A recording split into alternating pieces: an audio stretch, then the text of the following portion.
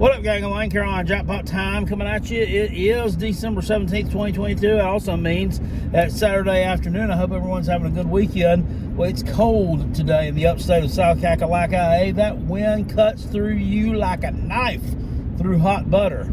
It is kind of brutal, and you can tell that winter has finally arrived. Got here a little late, but it's gotten here after raining for several days on end. I haven't been able to jump on here the past few days and make a video because, frankly, I hadn't had a whole heck of a lot to talk about.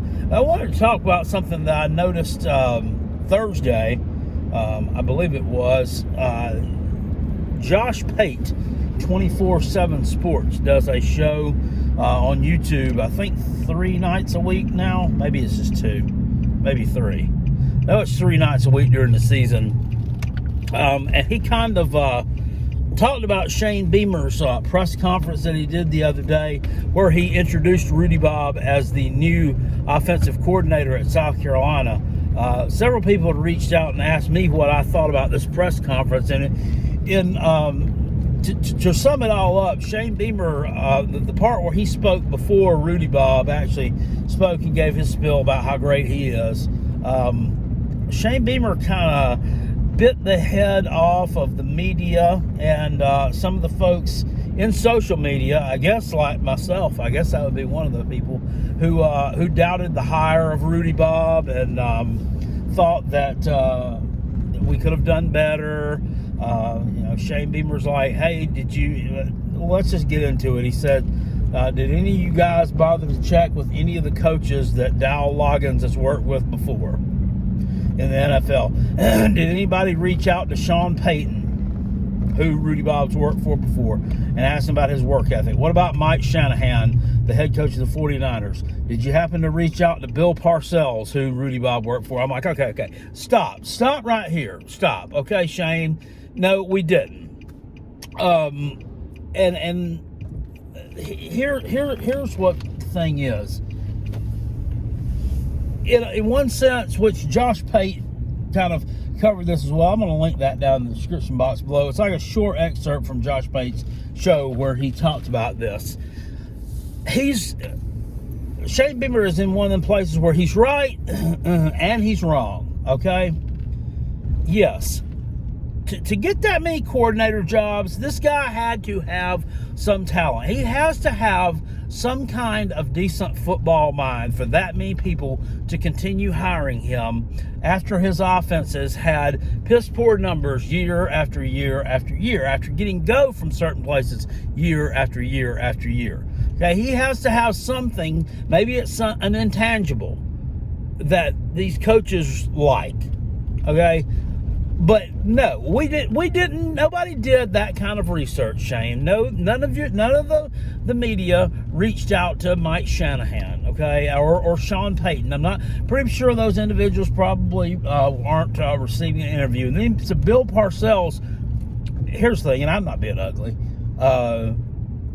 If he hadn't spoken about it just then about him, I mean, I wouldn't have even known Bill Parcells was even still alive. Okay, I mean, he was pretty old when the New York Giants were winning Super Bowl championships back when I was like 12, 13 years old. So, I don't know. I just, nobody reached out to those folks and asked them about Rudy Bob. Matter of fact, would probably not even remember him. You have to look at things. You got to look at it from our perspective. Shane is not looking at things from the fans' perspective. He's also not looking at it from the media's perspective. They see a guy who was a failure as an NFL defense or offensive coordinator. That's what they see. That's what we see. And for us to question this hire and for us to kind of be, a little bit ticked off about it, he's like, we're not hiring, we're upset because we're not hiring the hot young new names. He's like, they've been associated with it. I'm assuming he's referring to Kendall Briles and Garrett Riley. Well, here's the thing. The hot new names have won games at the college level as coordinators. They have won games as coordinators. That's why everybody was excited about those names being in the offensive coordinator search. And then we get built up and built up and built up. We think we're going on a date with the best looking girl in class to the prom, and then we find out, no, we're going out with our friend with freckles that has braces and glasses. You can't blame people for being a little bit upset, and you knew they were going to be a little bit upset, but it's like he lives on that stuff, and then he uses it sometimes to build himself up a little bit so that he will at one point in time down the road be able to say, I told you so. It's hard for me to put into words exactly what he's doing here, but it's like, how dare you question me after we won 8 games? Okay, that's great. We won 8 games, and I like what you're doing. I like the trajectory. You've got the program going on, but we also didn't score a point against Florida. Okay, we also looked like shit several times during the year. So we had the best of both worlds. It wasn't a shitty football team, but it also wasn't a great one. I wouldn't even say it was above average, or what you get. You put it all, the nuts and bolts together, and average it all out. We were mediocre with a little tick above mediocre, leaning towards being above average, but we're not there yet. And people are not wrong to question this hire. People are not wrong to, kind of be surprised that we settled for something that we seemingly settled for, because that's all it boils down to. It boils down to the green stuff. You, I, and everybody else in the world knows that. That's why we're having to hire Gomer Pyle off the Arkansas staff, because it boils down to money, money, money. And you just were not able to be given the budget to go out and hire one of those hot young names, because believe you me, he would have hired one of those hot names if he had the money to do so. And that's just Carolina Jackpot's 2 cents. I'm just calling it like I see it. Dude, I mean, it seems cool for him to kind of clap back at the media a little bit, but he needs to chill with that, because look, you ain't done nothing yet. I mean, you really haven't done anything yet of substance. You've won 15 games in 2 years. Yes, you've done that. Okay, you beat Clemson and you beat Tennessee. You also lost to Florida and you lost to Mizzou. 2 6-6 teams. And Mizzou's damn lucky to be 6-6. You lost to Arkansas, which at the time, yes, Arkansas looked to be a better team than what they are now, but due to injuries and so on and so forth, they kind of fell on hard times. Still, the fact remains, they're not ranked. You lost to them. It wasn't a great loss. So you're kind of like coming off a little bit. I want to say it comes off a little bit childish, Shane. It comes off a little bit childish, like you're really not in control of your emotions. It's very... It's not like Dan Mullen in the sense that his smart assery, I think, was meant... I think he was a smart ass just because he was an asshole, if that makes sense. I think you're being a smart ass because you're trying to get a point across, but it still comes off as a smart ass. And probably want to curb that look back a little bit. Probably want to curb it back just a little bit. But Carolina Jackpot's looking forward to the bowl game. I'm looking forward to watching these bowl games today. I hope Oregon State beats the absolute hell out of Florida. South Carolina's bowl game, I mean, I don't know what to think here. Notre Dame's had a couple of transfer portal people. Their tight end, what was his name? Michael Meyer. He quit because he's gonna play in the NFL, so he quit. Darius Rush defensive back Cam Drop Yo Nuts Smith, and defensive lineman Zach Pickens all quit for the Gamecocks, so they won't be playing there. Of course, Jaheim Bell, Marshawn Lloyd, the two bigger names in the transfer portal, and then this past week, Gilbert Edmond, a defensive end, entered the transfer portal as well. You might not have heard of him. He kind of became a starter later on in the year. None of these are good. I didn't want to see any of these guys go, but life's going to go on. South Carolina apparently has some decent recruits coming in. We've also got some decent commits that Shane Beamer hasn't announced yet, but he did do one of his famous welcome home tweets the past couple of days. So it looks like we're going to be getting some new Gamecocks to the fold, which is a great thing. I don't know if it's transfer portal. I don't know if it's 2023 class, but hey, looking forward to see what kind of impact they can make here. This thing with these guys quitting these bowl games, I've went on record many times on this channel. Every year about this time I talk about this. This shit pisses me off. It really does. Most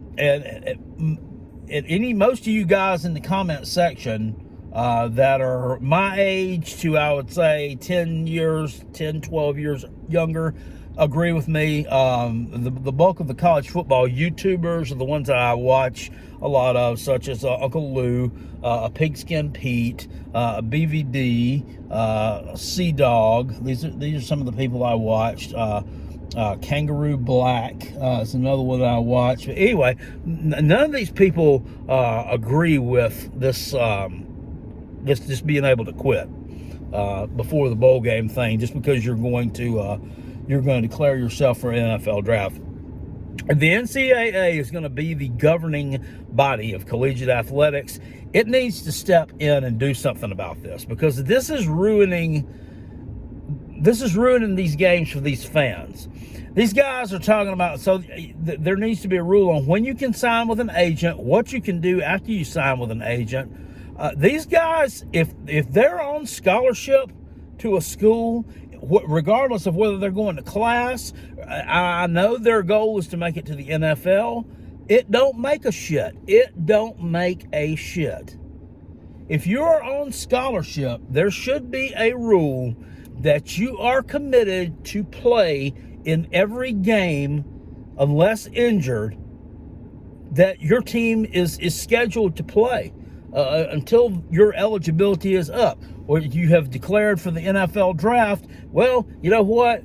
The semester's over with, but the football semester ain't over with, because there's still another game to be played. This opting out stuff shouldn't be legal. It just shouldn't be legal at all. And I don't care if I get any pushback from it. It really doesn't matter to me. But now you've set these folks in 2016 and 17 who first started doing this garbage have set the precedent for it. So once a precedent's been set on something, it's very hard to repeal it and take it away. You know, before them, everybody played in the bowl games. Nobody would ever thought about just laying out of it and just not going. Of course, we heard the old adages a few years, you know, where like in 2012, at the end of the 2012 season, when LSU lost to Clemson in the Peach Bowl or what, Chick-fil-A Bowl, whatever it was, everybody said, well, LSU didn't want to be there. They had lost to Alabama and lost their chance to compete for the SEC West, so they didn't want to be there. People said Georgia didn't want to be there a few years ago when they played Baylor. You had that, but you didn't have people just quit and just outright just refuse to play in the game. I think it's horseshit, and I don't think that it should be allowed. And if these guys were on scholarship, regardless of whether they're going to the NFL, the CFL, the XFL, or whether you're going to go down and sit on your fat ass and play Xbox for the rest of your life, you are obligated to play in these games.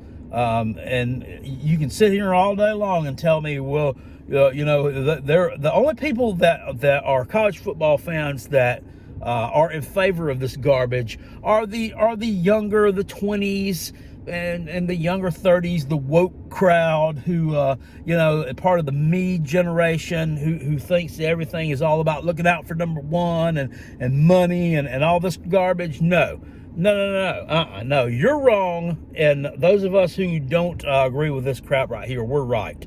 We're the ones who are in the camp of being correct on this issue. You're not. You can debate me about it until you're blue in the face, or till we're both blue in the face. The fact of the matter is that these people should be playing in these games, and you're a quitter. You shit on your team. You shit on your team. You shit on your fans. You shit on your coaches. You say, well, I'm not going to risk millions with the possibility of getting injured in a bowl game. Okay, say you're there 3 years, played an average of 13 games a season. If you went to bowl games, that's 39 games, and then umpteen practices. Maybe you got banged up a few times and you weren't able to practice for a week or two, or you missed a game or two here or there, but you always came back, right? I would like to look at the percentage of who has actually gotten hurt in a bowl game and then missed out on an NFL career. I think, if you took 2,000 people, 2,000 players, it may have been one, if that. So I don't want to hear that horse crap. It's just an excuse to be lazy and to just dump on everybody else and just say, to hell with you. It's all about me.